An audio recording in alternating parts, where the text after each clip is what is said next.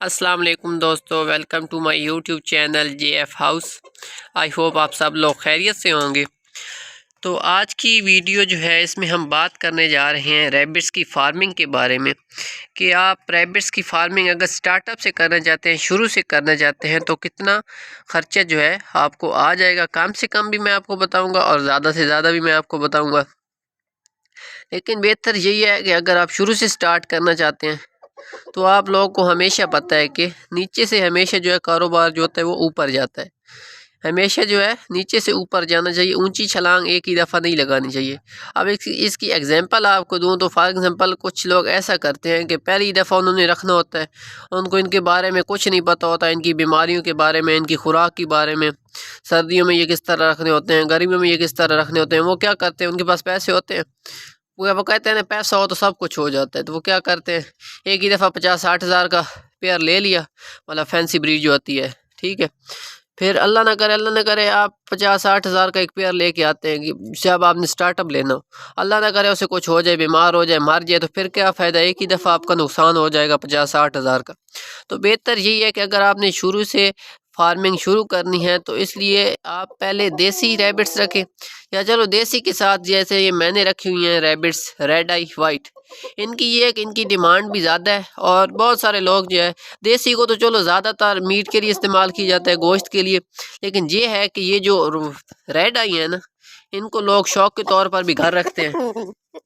तो बेहतर ये है कि आप अगर स्टार्ट लेना चाहते हैं तो स्टार्ट बहुत अच्छा होता है ये देसी फार्मिंग, ठीक है, या आप रेड आई रख लें।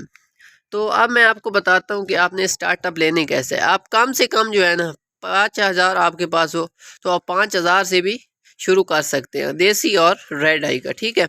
वो कैसे कर सकते हैं, आप क्या करें, जो मार्केट का रेट है वो यही है कि आपको तकरीबन जो रेड आई का पेयर है ना आपको 1200 से 1400 का मिल जाता है। वो क्वालिटी पे डिपेंड करता है कि जो चीज़ आप ले रहे हैं किस तरह की है। और जो सिंपल देसी हैं वो आपको तकरीबन 1000 से 1200 के दरमियान एक अच्छा पेयर मिल जाता है। अगर आपको कोई दोस्त हो या कोई रिश्तेदार जिसने घर रखे हुए तो वो उनसे ये है कि कुछ और वो लेस कर देंगे, ठीक है। मार्केट का रेट यही है कि 1200 से 1400 का जो पेयर है वो रेड आई का मिलता है, ठीक है। और जो देसी रैबिट्स हैं मतलब कलर वाले जिस तरह ये बैठे हैं, ठीक है, रेड और ब्लैक, ये आपको मिल जाते हैं तकरीबन 1000 से 1200 के दरमियान आपको पेयर मिल जाता है, ठीक है।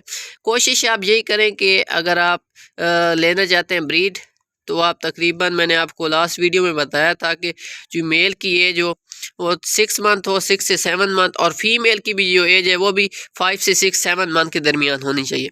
आप ये करें कि आप जब शुरू कर रहे हो तो आप 5 फीमेल लेके आ जाएं, ठीक है, 5 और एक मेल लेके आएँ। ये मैंने हर वीडियो में बताया है, इस बात को आपने लाजमी मद्देनज़र रखना है कि मेल आपके पास एक ही हो।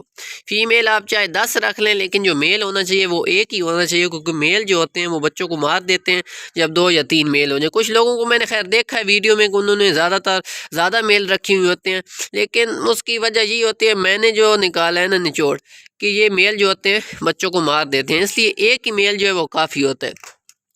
अगर आपको पेयर मिल रहा है फॉर एग्जांपल एक पीस आपको मिल रहा है 500 रुपये का रेड आई का, ठीक है, वैसे तो तकरीबन 600-700 का मिलता है, लेकिन अगर चलें आपको कोई दोस्त हो या इस तरह का अगर आपको 500 का मिले तो आप कोशिश करें 6 पीस लें जिनमें एक मेल हो और 5 फीमेल हो। तो आपका कितना बन जाता है, तकरीबन आपके 6 पीस जो हैं वो 3000 में आ जाएंगे। 3000 से आप स्टार्टअप ले सकते हैं इनसे।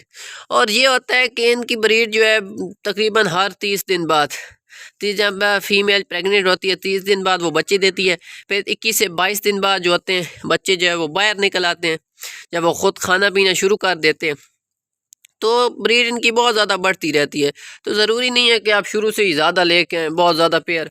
आप स्टार्टअप ले रहे हैं थोड़े से शुरू करें, उससे ये है कि आपको एक्सपीरियंस हो जाएगा कि किस तरह हमने रैबिट्स रखने हैं, इनको खुराक क्या देनी है या इनकी बीमारियां क्या हैं। जब आप सीख जाएंगे तो फिर अगर आप ज़्यादा फार्मिंग बढ़ाना चाहते हैं, मैं तो सीधा बताऊँ तो मैंने तो शौक़ के तौर पर रखी हुई, सेल मैं भी करता हूँ लेकिन ज़्यादा मेरा जो है वो शौक़ है।